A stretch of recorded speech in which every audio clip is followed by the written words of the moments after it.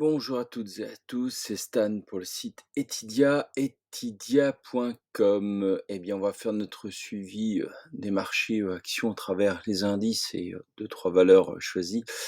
Donc, le S&P 500, comme ce que je disais il y a, je crois, 15 jours de cela, 10-15 jours de cela, est-ce qu'on est parti pour un range? La réponse est oui, c'est confirmé, c'est clair, c'est net. Le range, pour l'instant, il n'est pas du tout, mature, donc on ne sait pas trop comment il va borner.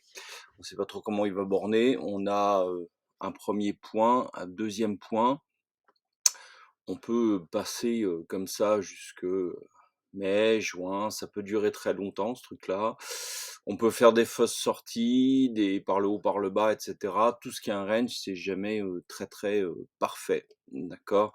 Surtout que compte tenu de la pondération des indices, il suffit qu'il y ait une ou 2 valeurs qui se mettent à mettre quelque chose de particulier et puis, voilà, ça prend une dimension toute particulière. Dans cette situation-là, il est bien entendu trop tard pour acheter et trop tôt, pour vendre. Voilà, donc je confirme la nécessaire neutralité. On pourra prendre des décisions là-haut, quand on sera dans cette zone-là. Dans cette zone-là, à ce moment-là, c'est très simple, à vos risques et périls. Moi, je pencherais évidemment pour la baisse. C'est pas exclu qu'il y ait une fausse sortie. Les plus prudents peuvent attendre qu'on retourne comme il faut, quelques séances, quitte à perdre quelques pourcents, c'est absolument pas grave, avant de reprendre, le sud. Voilà. Donc très clairement range, range et encore, range, voilà. Alors la question qui m'a été posée jusqu'où? Alors le range déjà c'est clair et net. Par la suite, si vous voulez envisager la suite, il y a une solution très classique, c'est qu'on prend le Fibonacci et on tire. Donc